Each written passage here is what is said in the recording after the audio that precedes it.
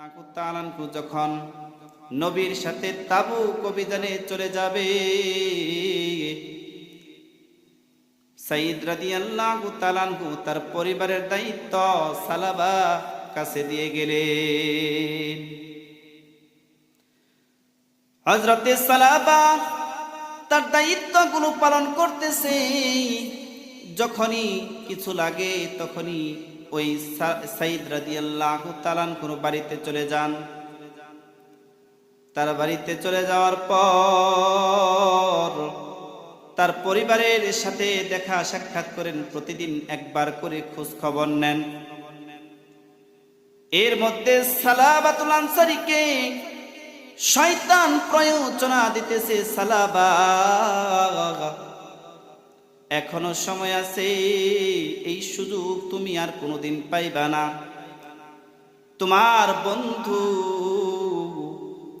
সাইদ তো নবীর সাথে তাবুক অভিযানে চলে গেছে।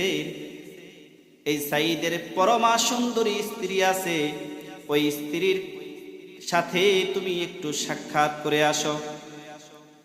এইভাবে যখন শয়তান প্রয়োজনা দিতেছে, তখন সালাবা রাদিয়াল্লাহু তাআলা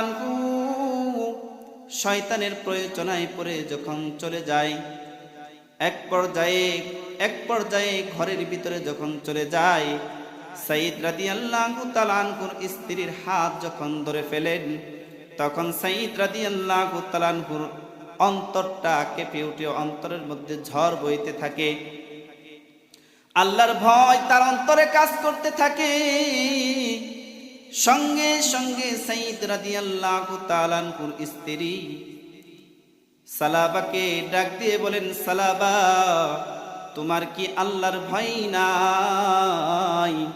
আল্লাহর তরফ থেকে যদি আল্লাহ তোমাকে কাল কিয়ামতের ময়দানে তোমার ভাইয়ের আমানতের খেয়ানত তুমি করেছো, এই প্রশ্ন যদি আল্লাহ পাক রব্বুল আলামিন তোমাকে করেন, তখন তুমি কি জবাব দিবা? সালাবা কি জবাব দিবা?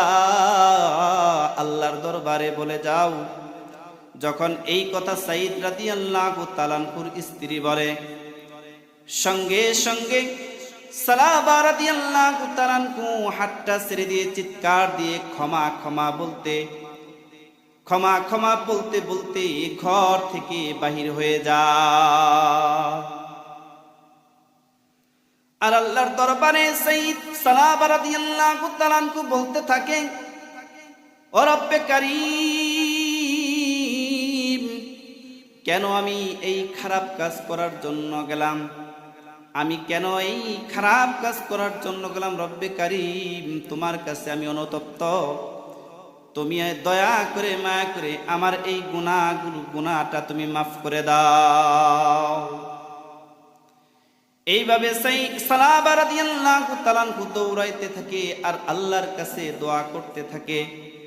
কিছুদিন পর নবীর সাথে তাবুক অভিযান শেষে যখন সাইদ রাদিয়াল্লাহু তাআলা যখন বাড়িতে আসলেন, তখন সকলেই তাদেরকে ফুলের মালা দিয়ে বরণ করে নিতেছে, কিন্তু সালাবাতুল আনসারীকে কোথাও দেখা যায় না। সাইদ রাদিয়াল্লাহু তাআলা যখন বাড়িতে চলে আসলেন, তখন সাইদ রাদিয়াল্লাহু তাআলার স্ত্রী সকল কিছু খুলে বললেন যে, সালাবা এইরকম এই কাজগুলো করেছে। সঙ্গে সঙ্গে সাইদ রাদিয়াল্লাহু তাআলার মনে খুব কষ্ট পেলেন, কিন্তু তিনি চিন্তা করলেন, সালাবা তো এই কাজ করার কথা নয়, অবশ্যই শয়তানের প্রয়োজনায় পড়ে তিনি এই কাজগুলো করেছে। এবার সালাবা রাদিয়াল্লাহু তাআলা খোঁজ খবর নিতেছে, কিন্তু কোথাও পাইতেছে না। হঠাৎ করে সালাবা রাদিয়াল্লাহু তাআলার সাথে সাইদ রাদিয়াল্লাহু তাআলার দেখা হয়ে গেলেন। সাইদ রাদিয়াল্লাহু তাআলা সালাবা রাদিয়াল্লাহু তাআলাকে বলতেছে, যা হবার তা হয়ে গেছে, তুমি শয়তানের প্রয়োজনায় পড়ে এই খারাপ কাজটা করেছো, গুনাহের কাজটা করেছো, তবে আমাদের পক্ষ থেকে আমরা তোমাকে ক্ষমা করে দিয়েছি, বাড়ি চলে আসো।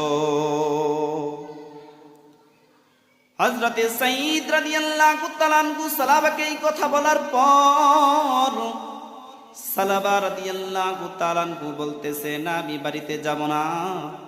কেননা আমি কেন এই গুনাহের কাজটা করতে গেলাম, আমানতের খিয়ানত কেন করতে গেলাম। আল্লাহ পাক রব্বুল আলামিন কাল কিয়ামতের ময়দানে যদি আমাকে প্রশ্ন করেন, তখন আমি সালাবা কি উত্তর দিব তখন? তবে আমি তোমার সাথে যাইতে পারি, আমার একটা শর্ত আছে। শর্তটা হইল, 2 হাত কাঁধের উপর বেঁধে তারপরে আমাকে টেনে হিসড়ে সকলের সামনে দিয়ে বাড়ি পর্যন্ত নিয়ে যেতে হবে। হযরতে সাঈদ রাদিয়াল্লাহু তাআলা আনহু বললেন, এটা কোনোভাবেই সম্ভব নয়। এইভাবে কিভাবে তোমাকে টেনে বাড়ি পর্যন্ত নিয়ে যায়, এটা খুব অপমানজনক একটা বিষয়। তখন সাঈদ রাদিয়াল্লাহু তাআলা আনহু বললেন, এইভাবে তো নেওয়া আমার পক্ষে সম্ভব নয়। সালাবা রাদিয়াল্লাহু তাআলা আনহু বললেন, তাহলে বাড়িতে যাওয়া আমার পক্ষে সম্ভব নয়। এক পর্যায়ে হযরতে সাঈদ রাদিয়াল্লাহু তাআলা আনহু সালাবাকে ওইভাবেই টেনে হিসড়ে সকলের সামনে দিয়ে নিয়ে আসে। সর্বপ্রথম হযরতে ওমর রাদিয়াল্লাহু তাআলা আনহুর দরবারে চলে যায়। হযরতে ওমর রাদিয়াল্লাহু তাআলা আনহুর দরবারে চলে যাওয়ার পর ওমর রাদিয়াল্লাহু তাআলা আনহুকে বলে, আমি এইরকম ভাবে অন্যায় কাজ করেছি। হযরতে ওমরের সুন্দর চেহারাটা মলিন হয়ে গেছে, রাগে রাগান্বিত হয়ে গেছে। হযরত ওমর রাদিয়াল্লাহু তাআলা আনহু সকল ঘটনা শুনে বললেন, হযরত ওমর রাদিয়াল্লাহু তাআলা আনহু রাগান্বিত হয়ে গেলেন। সালাবা রাদিয়াল্লাহু তাআলা আনহু বললেন, এর জন্য কি কোনো তওবার ব্যবস্থা আছে, ক্ষমার ব্যবস্থা কি আছে কিনা আপনার দরবার থেকে বলে দেন। হযরতে ওমর ফারুক রাদিয়াল্লাহু তাআলা আনহু বললেন, আমার দরবার থেকে চলে যাও, এর জন্য আমার দরবারে কোনো তওবার ব্যবস্থা নাই। এবার হযরতে আবু বকরের দরবারে চলে গেলেন। সালাবা রাদিয়াল্লাহু তাআলা আনহু সকল ঘটনা খুলে বললেন, যে আমি এরকম এই গুনাহটা করেছি, এই গুনাহের জন্য আমি অনুতপ্ত। অতএব আমার এই গুনাহ মাফ করার জন্য কোনো তওবার ব্যবস্থা আছে কিনা আপনি একটু যদি ওই বিষয়ে আমাকে বলে দিতেন। তখন হযরতে আবু বকর রাদিয়াল্লাহু তাআলা আনহু তার এই গুনাহের কথা শুনে তিনি বললেন, আমার দরবার থেকে বিদায় হয়ে যাও আমার পক্ষে সম্ভব নয়। আমার দরবারে তোমার তওবা করার কোনো সুযোগ আমার পক্ষ থেকে আমি বলতে পারবো না। হযরতে আলীর দরবারে চলে গেলেন। হযরতে আলী রাদিয়াল্লাহু তাআলা আনহুর দরবারেও ঘটনা খুলে বললেন। তিনিও বললেন, আমার দরবার থেকে বিতাড়িত হয়ে যাও, আমার দরবার থেকে বিতাড়িত হয়ে যাও, আমার কাছেও কোনো তওবার ব্যবস্থা নাই, তুমি চলে যাও আমার দরবার থেকে। এবার সর্বশেষ জনাবে মুহাম্মদুর রাসূলুল্লাহ সাল্লাল্লাহু আলাইহি ওয়াসাল্লামের দরবারে চলে গেলেন। সেখানেও এই ঘটনাটা খুলে বললেন। আল্লাহর নবীর সুন্দর চেহারা মলিন হয়ে গেল। তখন নবীজি সালাবা রাদিয়াল্লাহু তাআলা আনহুকে বললেন, আমার দরবার থেকে সালাবা তুমি চলে যাও। এবার সালাবা রাদিয়াল্লাহু তাআলা আনহু দৌড়ায়, জঙ্গলের দিকে দৌড়ায়। সালাবা রাদিয়াল্লাহু তাআলা আনহু আল্লাহর দরবারে বলে, আল্লাহ রব্বে কারীম, হযরতে উমরের দরবারে গেলাম, ফিরিয়ে দিলেন। হযরতে আবু বকরের দরবারে গেলাম, ফিরিয়ে দিলেন। হযরতে আলীর দরবারে গেলাম, ফিরিয়ে দিলেন। জনাবে মুহাম্মদুর রাসূলুল্লাহ সাল্লাল্লাহু আলাইহি ওয়াসাল্লামের দরবারে চলে গেলাম, তিনিও ফিরিয়ে দিলেন। ও রব্বে কারীম, তুমি তো সকলের মালিক, সব কিছুর মালিক, তোমার দরবারে তওবা করতেছি। রব্বে কারীম, আমার তওবা কবুল করো, আমার গুনাহের জন্য আমি অনুতপ্ত, তুমি আমাকে মাফ করে দাও, ক্ষমা করে দাও। এইভাবে আল্লাহর দরবারে তওবা করতে করতে এক পর্যায়ে আল্লাহ পাক রব্বুল আলামিন নবীকে জানায়া দেন, নবীকে ঘোষণা দিয়ে দেন, নবীকে জানায়া দেন, যে আমি আল্লাহ পাক রব্বুল আলামিন সালাবা রাদিয়াল্লাহু তাআলা আনহুর তওবা কবুল করে নিয়েছি। আল্লাহ পাক রব্বুল আলামিন বলেন আমি সালাবার তওবা কবুল করে নিয়েছি। এবার সাহাবায়ে কিরামকে আল্লাহর নবী সাল্লাল্লাহু আলাইহি ওয়াসাল্লাম বললেন যে তোমরা যাও যাও সালাবাকে আবারও তোমাদের এই জায়গায় ফিরিয়ে নিয়ে এসো, সালাবাকে সুসংবাদ জানায়া দাও যে আল্লাহ পাক রব্বুল আলামিন তোমার তওবা কবুল করে নিয়েছে। সাহাবায়ে কিরাম সালাবা রাদিয়াল্লাহু তাআলা আনহুর খোঁজ খবর করতেছে, পাইতেছে না। এক লোক বলতেছে যে প্রত্যেক দিন রাতে ওই জঙ্গলের মধ্যে দেখি অন্ধকারে বসে বসে আল্লাহর দরবারে কান্নাকাটি করে আর গুনাহের জন্য অনুতপ্ত হয়ে আল্লাহর কাছে মাপ চাই প্রতি রাত্রে। মনে হয় ওখানেই গেলে আপনারা সালাবাকে পাবেন। সকল সাহাবায়ে কিরাম ওইখানে চলে গেলেন। চলে যাওয়ার পর দেখেন হযরতে সালাবা রাদিয়াল্লাহু তাআলা আনহু আল্লাহর দরবারে সিজদায় পড়ে কান্নাকাটি করতেছে আর বলতেছে রব্বে কারীম, আমি যেই গুনাহ করছি ওই গুনাহটা আপনি যদি মাফ না করেন তাহলে আমি কার কাছে গিয়ে মাপ চাইব? আপনি আমার গুনাহটা মাফ করে দেন। এইভাবে সালাবা রাদিয়াল্লাহু তাআলা আনহু কান্না করতেছে। তখন সাহাবায়ে কিরাম বলে ও সালাবা, তোমার তওবা আল্লাহ পাক রব্বুল আলামিন কবুল করে নিয়েছেন, তুমি মাথা ওঠাও। সালাবা বলেন আমার নবীর অবস্থা কেমন?